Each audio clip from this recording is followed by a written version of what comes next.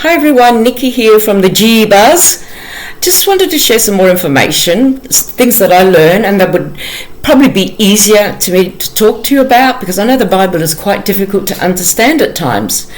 And this is a subject where I talk about Jesus more than anything else, is that the last time he went to Jerusalem and he threw over in the church of his father all the livestock, the money exchange, the selling of incense and soap and jewelry and things like that. He doesn't mind the market, he just doesn't want it in his father's house of prayer. And that was a temple of prayer, and that took 45 years to build. And they turned it into this sacrificial place where they need to sacrifice an animal for Passover. And this is where it becomes iconic, is that Jesus ends up being the sacrificial lamb for Passover. So when he opens up all these cages and lets out animals, goats, doves, little sheep, and he does a beautiful thing for these animals. But of course the Pharisees, the vile Pharisees, all corner him in a court where he's addressing his people who are hanging on every word.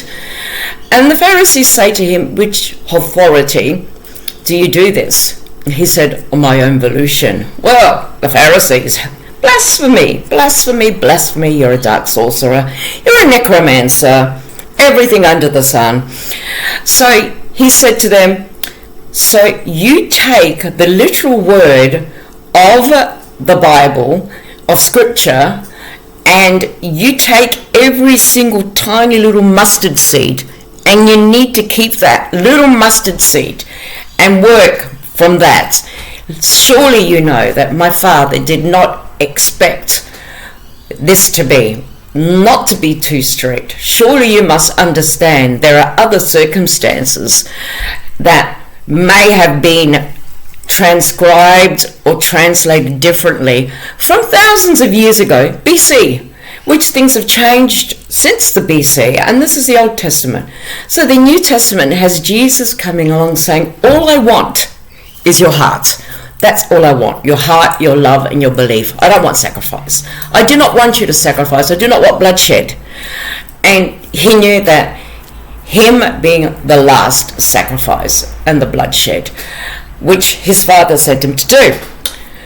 So a story of that is that when he went to Jerusalem, he met a man called Jesse, who was paralyzed for about 28 years because he'd fallen off a tree. He'd climbed up a tree. He'd wanted to buy something. Wish he could buy something. He wanted to get some fruit. He fell to the ground and his spine broke and he was paralyzed from the waist down. His younger brother Simon saw this and saw, after his parents have died, it was just Simon and Jesse, and saw what the Romans could do, also what the Pharisees could do. So Simon became a zealot, and that's a trained assassin. Now one day he was in the Roman quarters and he was planning on assassinating a governor. But he went to go visit his brother Jesse for the last time. And Jesse was sitting next to a pagan fountain, which says that when it springs up, it bubbles up. If you're the first person in there, you'll get healed. Simon said to Jesse, surely you must know this is pagan. Surely you must know that this water is bubbling from another source and has a reason for bubbling, but it's not holy, it's pagan. And Jesse said, I've been paralyzed for 28 years. I haven't given up hope, and this is my only hope. So Simon the Zealot said, until I see you walking, if you walk, I will give up my mission on assassination. So he walked off, and Jesse said, I plead with you, please do not do this. Please do not do this. And Simon walked off. There are two Simons, this Simon Peter and Simon the Zealot. So Jesus walked into this fountain place, knowing that Jesse was going to be there, and he brought some of his apostles with him, about 3 or 4 apostles. And he walked up to Jesse and said, can I just speak to you? And Jesse said, I've got no information for you. I don't know who you are. I've got no quarrels with you, but who are you? Jesus said, do you want to be healed?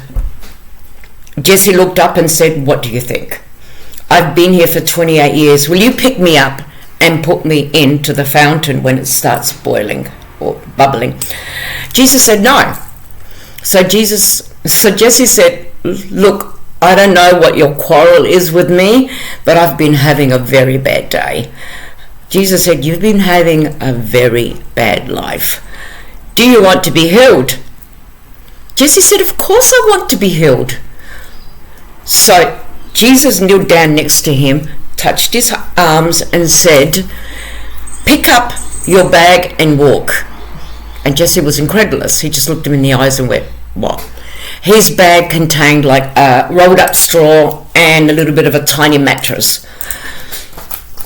And all of a sudden he started to feel his leg, and he started to punch his leg, and all of a sudden he stood up and was so happy, so joyful the way he ran up to Jesus, picked him up and threw him around like in one of those big bear hugs. And he went, oh my God, oh my God, oh my God, thank you, thank you, thank you. Well, of course the Pharisees see this and they go, here I am. They go, do you know that you cannot heal people on the Sabbath?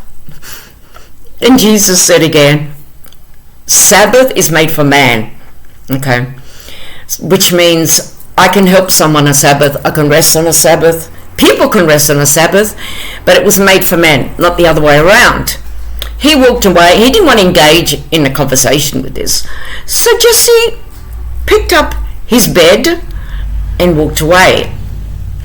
While he was walking away, a Pharisee, of course, stops him and says, you're working on a Sabbath, you're picking up a piece of furniture and you're bringing it to another domain. You've just blasphemed and you've just sinned.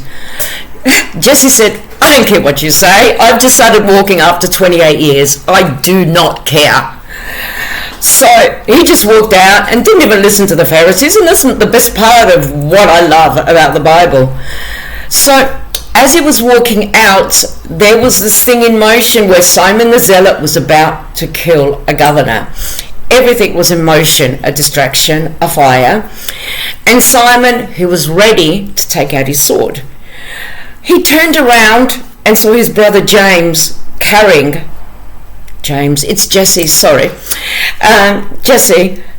his mattress, his bed, and his straw bed that goes underneath it. He walked up, dropped his knife, and ran straight up to Jesse.